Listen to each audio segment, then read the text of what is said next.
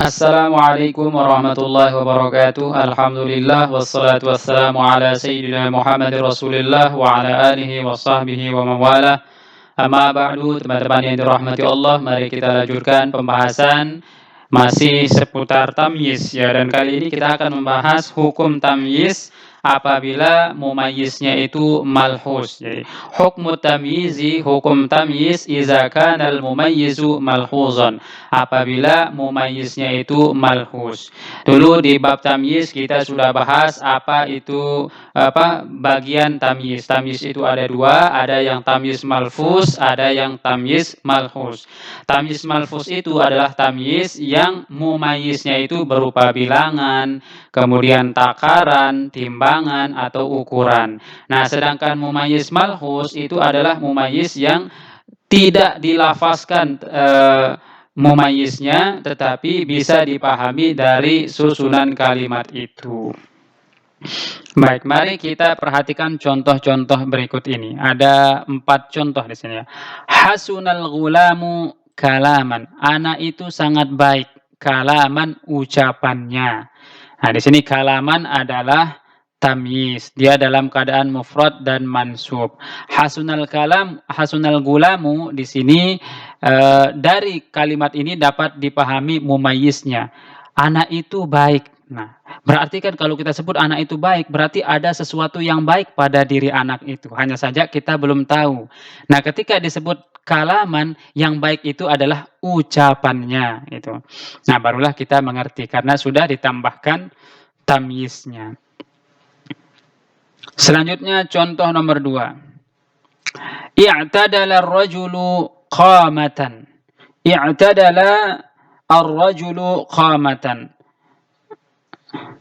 I'tadala ini artinya tegak lah ya, atau seimbang. Ar-rajulu laki-laki itu, qamatan, qamah ya pendiriannya atau perawakannya lah. Jadi laki-laki itu tegak perawakannya itu. Nah, jadi kalau kita bilang i'tadala rajulu, laki-laki itu tegak, apanya yang tegak, atau seimbang, apanya yang seimbang itu. Qamatan, berdirinya atau perawakannya itu tegak itu. Selanjutnya contoh nomor 3. Al-filu, gajah itu, akbaru minal jamali, lebih besar dari onta. Gajah itu lebih besar dari onta. Jisman, secara jisim atau badannya. Jadi maksudnya gajah itu lebih besar badannya daripada onta itu. Nah, jisman di sini namanya tamyiz. Jadi membandingkan sesuatu dari perspektif badannya atau dari segi badannya gitu. Bukan dari segi yang lain-lainnya gitu. Dari segi badan, gajah itu lebih besar daripada onta begitu ya. Kemudian yang keempat, al-hariru aghla minal qutni qimatan. Al-hariru ini artinya sutra ya. Aghla, lebih mahal. Minal qutni, dari katun. Qimatan, dari segi harga.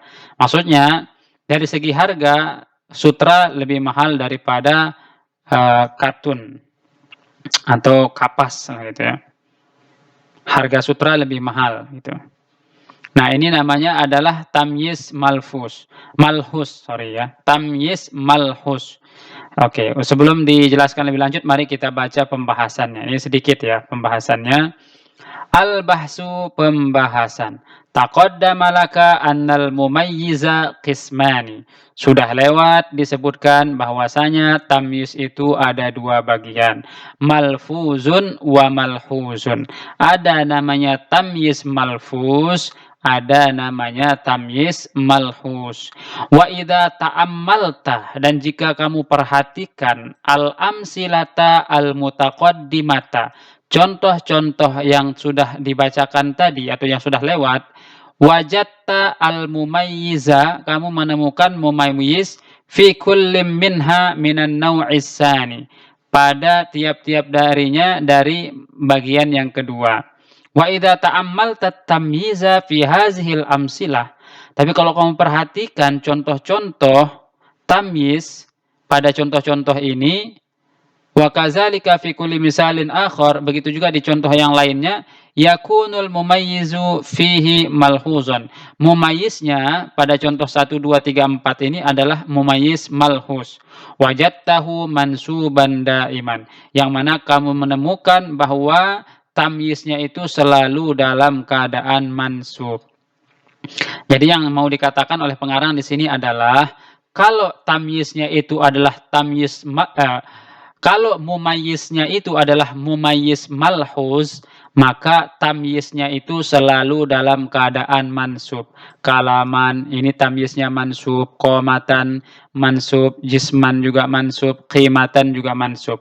Ini semuanya dalam keadaan mansub. Jadi dari sini dapat kita ambil kaidah bahwa kalau mumayyiznya malhuz, maka tamyiznya wajib mansub.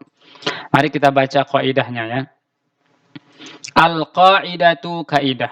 Yunsabut tamyizu. Dinasobkan tamyiz itu iza kanal mumayyizu malhuzan.